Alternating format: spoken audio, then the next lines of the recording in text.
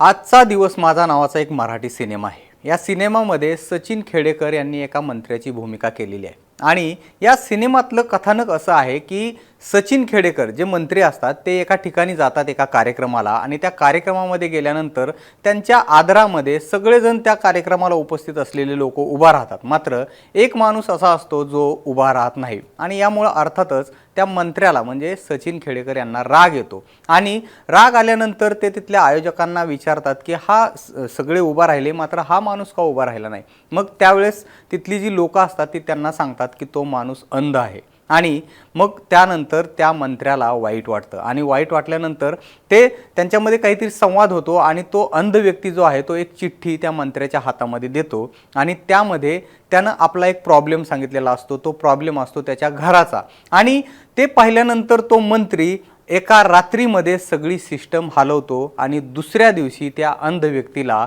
त्याचं घर दिलं जातं।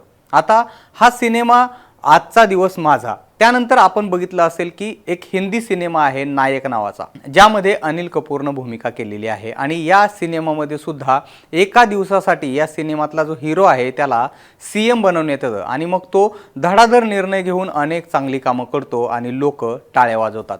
तसाच एक रजनीकांतचा सुद्धा सिनेमा आहे ज्यामध्ये रजनीकांत तसा पुढे चालत असतो आणि मागं विकास होत असतो। असे व्हिडिओ सुद्धा आपण सोशल मीडियावरती पाहिले देखील असतील आणि सामान्य लोकांसाठी राजकीय नेत्यांनी प्रत्यक्षात देखील इतक्या तत्परतेने काम करावं अशी अपेक्षा सामान्य माणूस बाळगून असतो, पण तसं प्रत्यक्षात होताना क्वचितच दिसतं। सरकार अनेकदा तातडीनं म्हणजे अतितीव्र वेगानं काम करताना दिसूनही येतं, तर काही वेळा सरकारी कामाचा स्पीड पाहून विश्वास सुद्धा आपल्याला बसत नाही। अशाच एका उदाहरणाविषयी हा व्हिडिओ आहे, शेवटपर्यंत नक्की बघा। नमस्कार, मी निलेश, आपण बघताय मुंबई तक।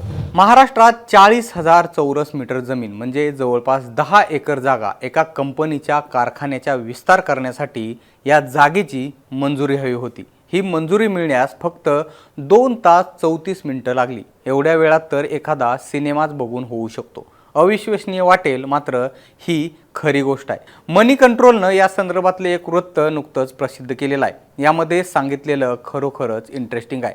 10 जूनचा दिवस स्विसची राजधानी जी आहे बर्न या ठिकाणी वाणिज्य आणि उद्योग मंत्री पियुष गोयल हे स्विस कंपन्यांच्या प्रमुखांसोबत बैठक घेत होते।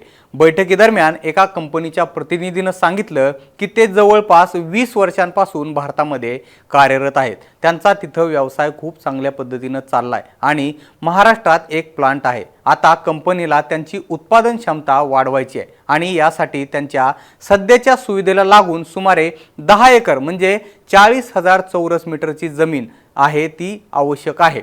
विशेष म्हणजे या जमिनीचा जो हा तुकडा आहे तो ग्रीन झोन म्हणून घोषित करण्यात आलेला आहे, जो खुल्या जागेसाठी राखीव आहे आणि कंपनीला ती जमीन ताब्यात घेण्यासाठी कंपनीनं विनंती केली होती, मात्र अद्यापही ही विनंती मंजूर झालेली नव्हती।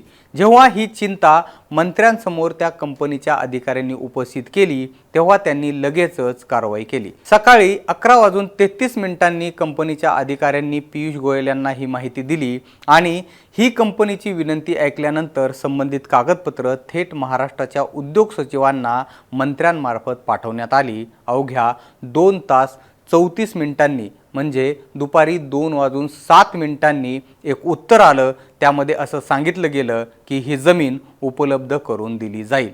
केंद्रीय मंत्र्यांनी स्वतः ही घटना सार्वजनिकरित्या सांगितली सुद्धा आहे आणि त्यांनी ही घटना सांगताना असं म्हटलंय की मी सकाळी 11:33 महाराष्ट्राच्या उद्योग सचिवांना कंपनीचा अर्ज पाठवला, मला नुकतंच उत्तर मिळालंय। 2 तास 15 मिनिटात MIDC जमीन वितरण पथकानं या विषयावर चर्चा केली। अंदाजे 40,000 चौरस मीटर जी जागा आहे ही जागा उपलब्ध करून दिली जाऊ शकते याची पुष्टी झाली आहे।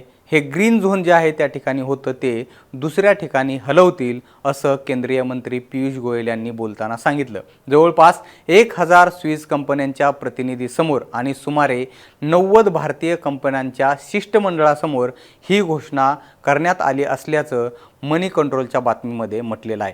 खरं तर सरकारकडून अशाच पद्धतीनं वेगवान पद्धतीनं काम केलं जाण्याची अपेक्षा सामान्य नागरिक व्यक्त करत असतात। अशा निर्णयांमुळे निश्चितपणानं परदेशी गुंतवणूक जी आहे ती आपल्याकडे मोठ्या प्रमाणामध्ये वाढू शकते, हे सुद्धा सत्य आहे। मात्र समाजातील प्रत्येक घटकासाठी अशी यंत्रणा राबवली जाणं हे आवश्यक आहे।